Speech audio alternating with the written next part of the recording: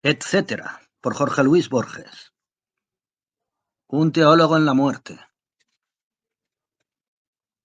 Los ángeles me comunicaron que cuando falleció Melanchthon, le fue suministrada en el otro mundo una casa ilusoriamente igual a la que había tenido en la tierra.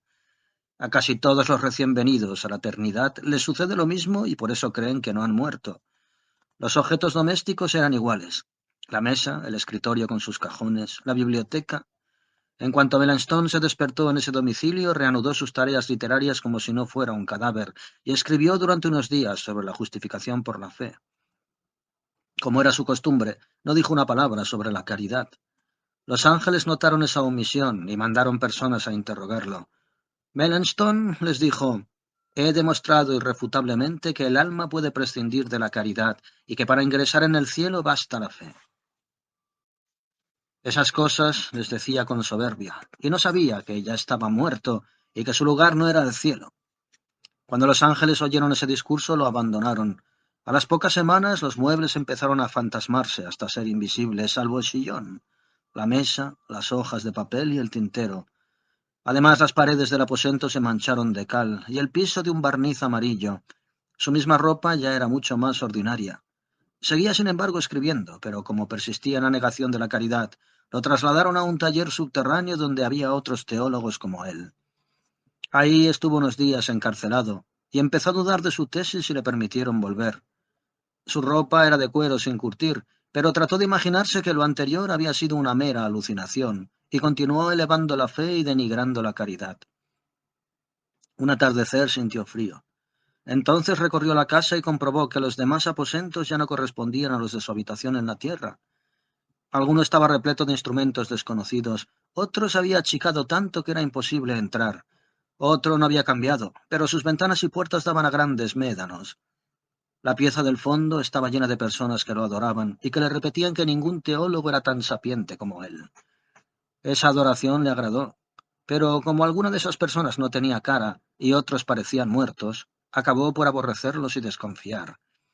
Entonces determinó escribir un elogio de la caridad, pero las páginas escritas hoy aparecían mañana borradas. Eso le aconteció porque las componía sin convicción.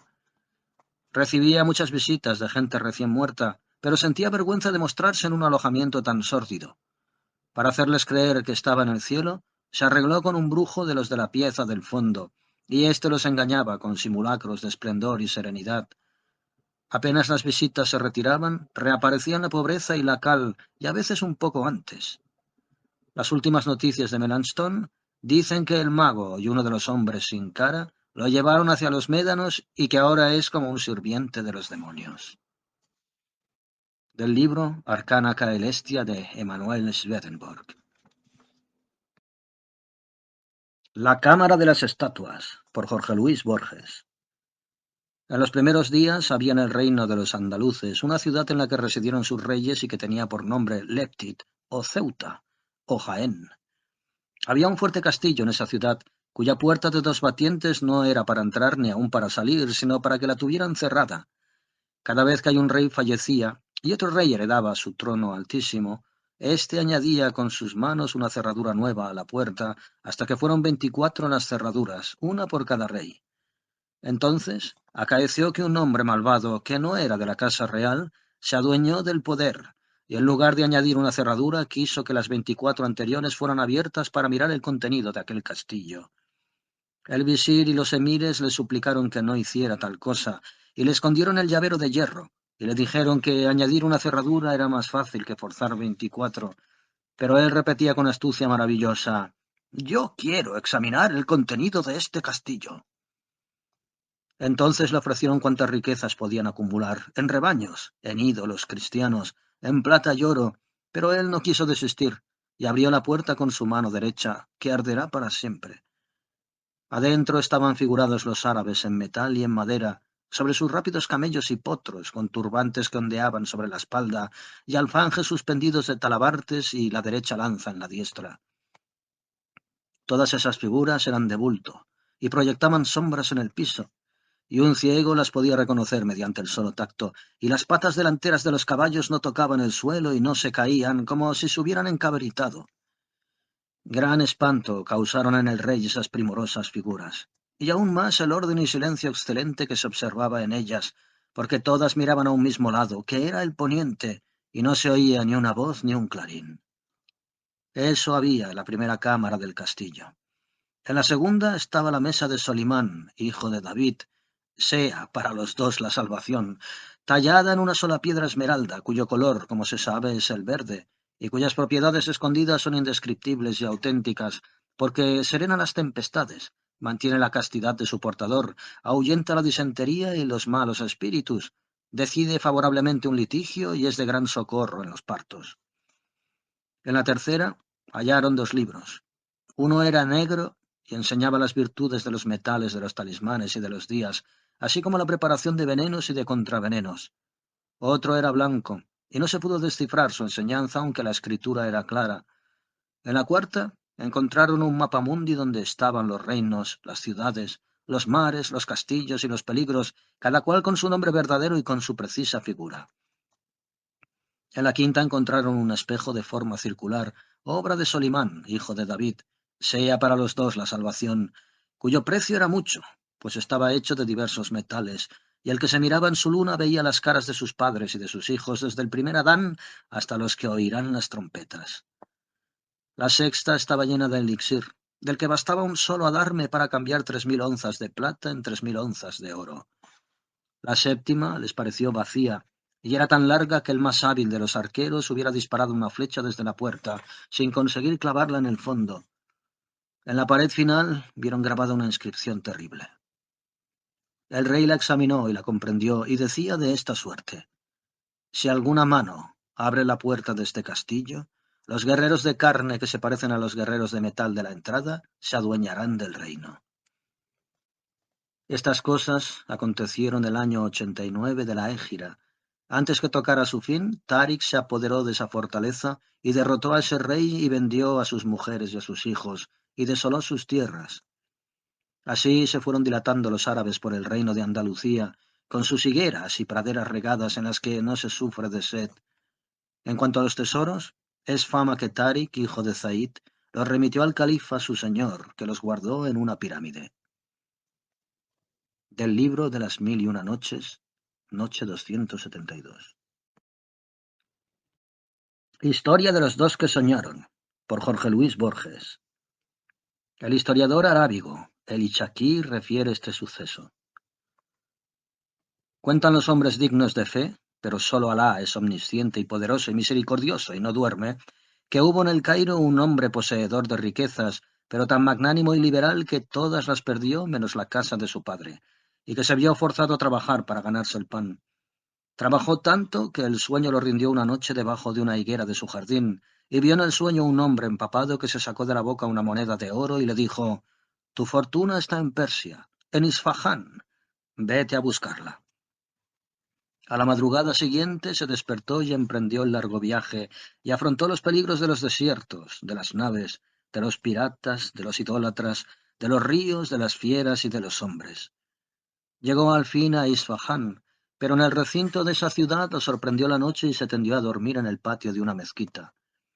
Había junto a la mezquita una casa, y por el decreto de Dios Todopoderoso una pandilla de ladrones atravesó la mezquita y se metió en la casa, y las personas que dormían se despertaron con el estruendo de los ladrones y pidieron socorro. Los vecinos también gritaron, hasta que el capitán de los serenos de aquel distrito acudió con sus hombres y los bandoleros huyeron por la azotea. El capitán hizo registrar la mezquita, y en ella dieron con el hombre del Cairo, y le menudearon tales azotes con varas de bambú que estuvo cerca de la muerte. A los 2 días recobró el sentido en la cárcel. El capitán lo mandó buscar y le dijo: «¿Quién eres y cuál es tu patria?». El otro declaró: «Soy de la ciudad famosa del Cairo, y mi nombre es Mohamed el Magrebí». El capitán le preguntó: «¿Qué te trajo a Persia?». El otro optó por la verdad y le dijo: «Un hombre me ordenó en un sueño que viniera a Isfahán porque ahí estaba mi fortuna. Ya estoy en Isfahán y veo que esa fortuna que prometió deben ser los azotes que tan generosamente me diste». Ante semejantes palabras el capitán se rió hasta descubrir las muelas del juicio y acabó por decirle: «Hombre desatinado y crédulo, 3 veces he soñado con una casa en la ciudad del Cairo, en cuyo fondo hay un jardín, y en el jardín un reloj de sol, y después del reloj de sol una higuera, y luego de la higuera una fuente, y bajo la fuente un tesoro. No he dado el menor crédito a esa mentira. Tú, sin embargo, engendro de una mula con un demonio, has ido errando de ciudad en ciudad bajo la sola fe de tu sueño. Que no te vuelva a ver en Isfahán. Toma estas monedas y vete. El hombre las tomó y regresó a la patria. Debajo de la fuente de su jardín, que era la del sueño del capitán, desenterró el tesoro. Así Dios le dijo y le dio bendiciones, y lo recompensó y exaltó. Dios es el generoso, el oculto. Del libro de las mil y una noches, noche 351. El brujo postergado, por Jorge Luis Borges. En Santiago había un deán que tenía codicia de aprender el arte de la magia. Oyó decir que don Illán de Toledo la sabía más que ninguno y fue a Toledo a buscarlo. El día que llegó, enderezó a la casa de don Illán y lo encontró leyendo en una habitación apartada. Este lo recibió con bondad y le dijo que postergara el motivo de su visita hasta después de comer. Le señaló un alojamiento muy fresco y le dijo que lo alegraba mucho su venida. Después de comer, el deán le refirió la razón de aquella visita y le rogó que le enseñara la ciencia mágica. Don Illán le dijo que adivinaba que era deán, hombre de buena posición y buen porvenir, y que temía ser olvidado luego por él. El deán le prometió y aseguró que nunca olvidaría aquella merced y que estaría siempre a sus órdenes. Ya arreglado el asunto, explicó don Illán que las artes mágicas no se podían aprender sino en sitio apartado, y tomándolo por la mano lo llevó a una pieza contigua, en cuyo piso había una gran argolla de fierro. Antes le dijo a la sirvienta que tuviese perdices para la cena, pero que no las pusiera a asar hasta que la mandaran.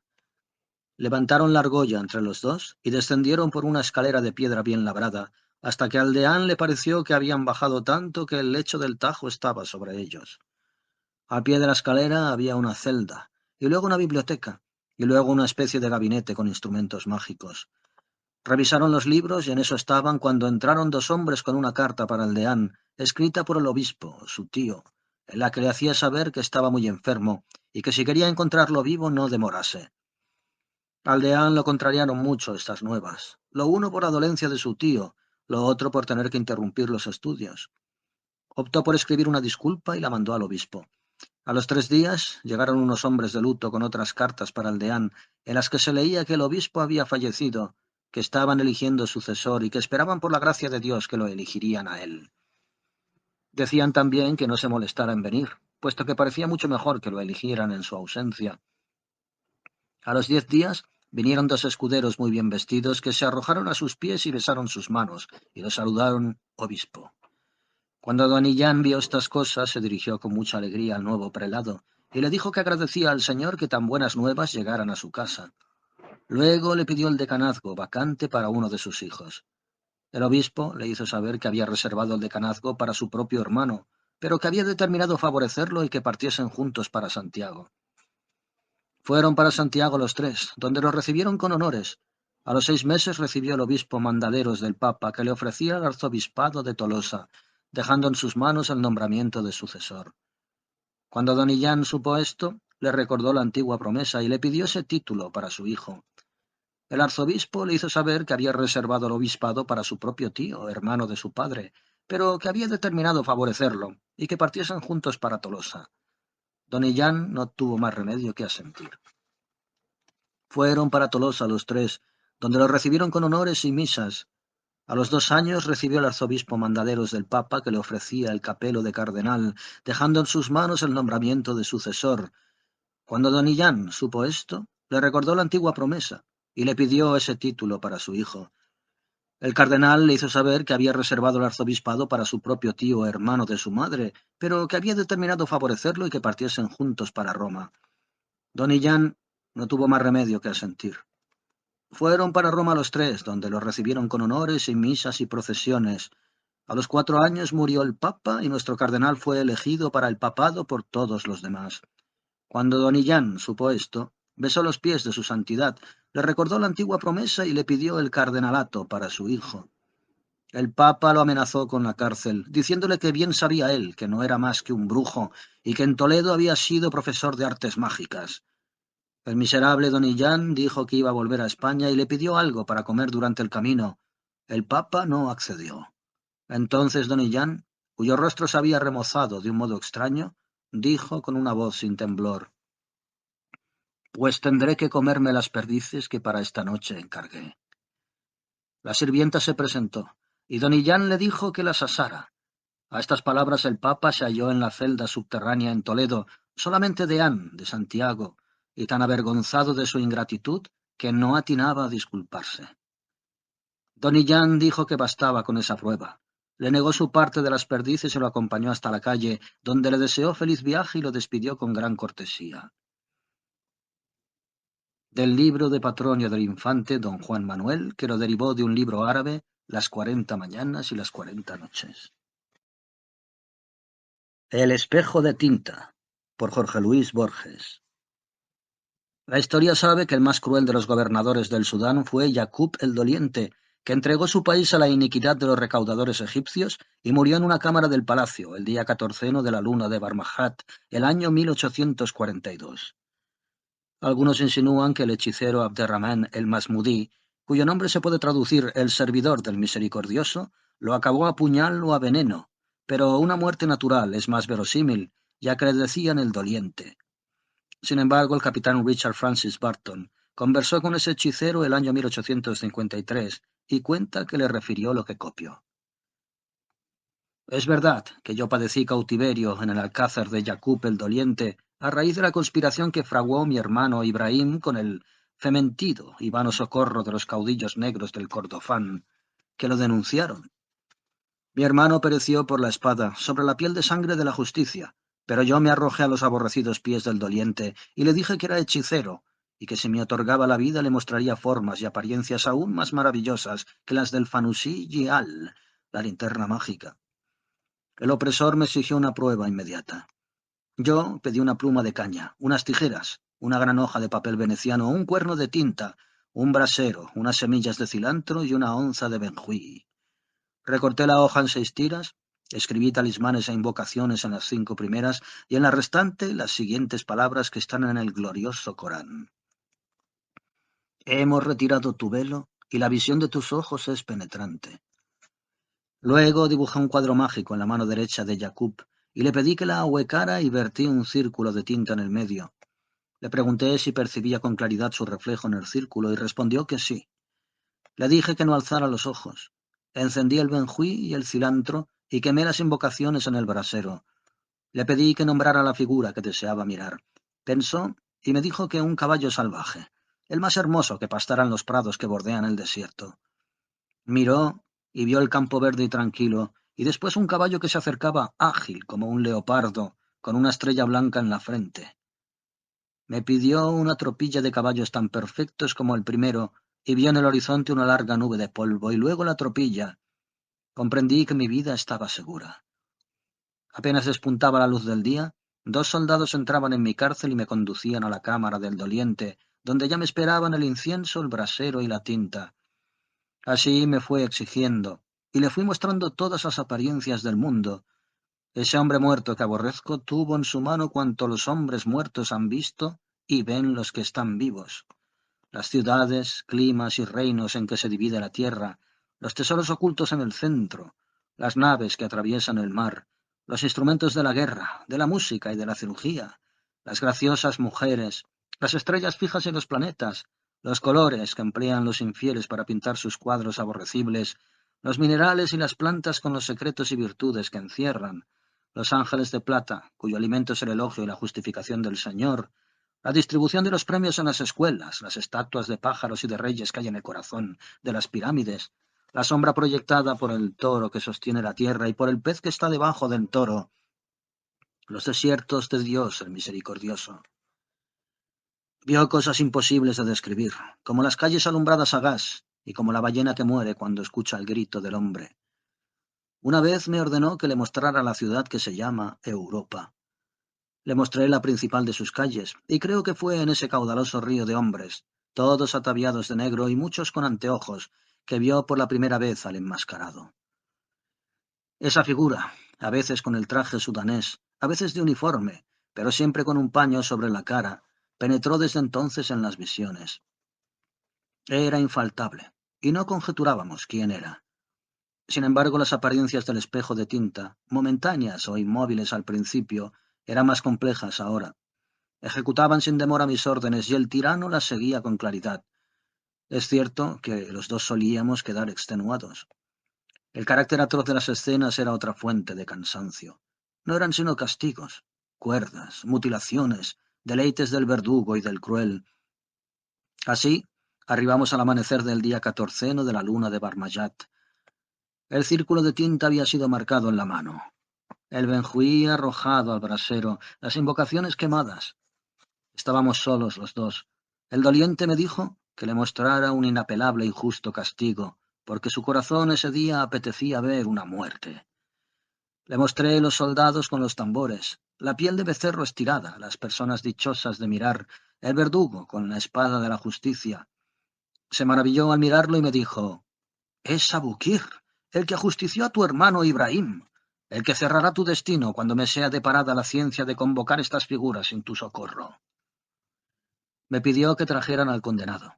Cuando lo trajeron se demudó, porque era el hombre inexplicable del lienzo blanco. Me ordenó que antes de matarlo le sacaran la máscara.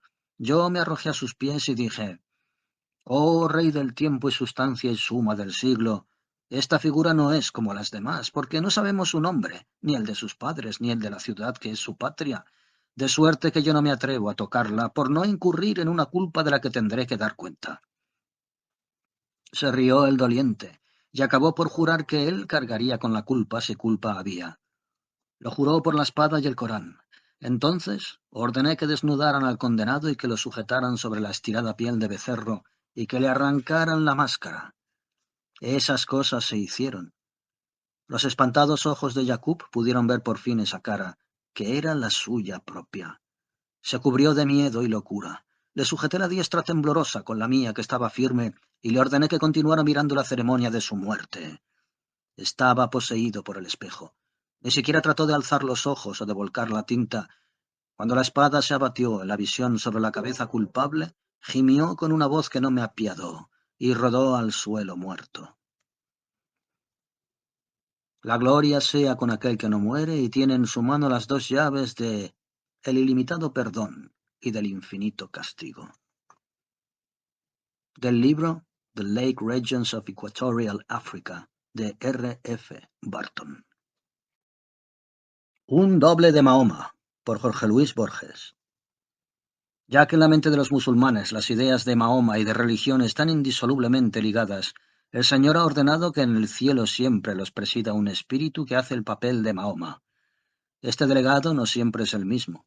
Un ciudadano de Sajonia, a quien en vida tomaron prisionero los argelinos y que se convirtió al Islam, ocupó una vez este cargo. Como había sido cristiano, les habló de Jesús y les dijo que no era el hijo de José, sino el hijo de Dios. Fue conveniente reemplazarlo. La situación de este Mahoma representativo está indicada por una antorcha solo visible a los musulmanes. El verdadero Mahoma que redactó el Corán ya no es visible a sus adeptos. Me han dicho que al comienzo los presidía, pero que pretendió dominarlos y fue exiliado en el sur. Una comunidad de musulmanes fue instigada por los demonios a reconocer a Mahoma como Dios. Para aplacar el disturbio, Mahoma fue traído de los infiernos y lo exhibieron. En esta ocasión yo lo vi. Se parecía a los espíritus corpóreos que no tienen percepción interior, y su cara era muy oscura.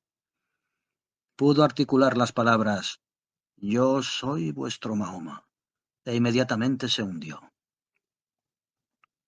De Vera Christiana Religio, 1771, de Manuel Swedenborg.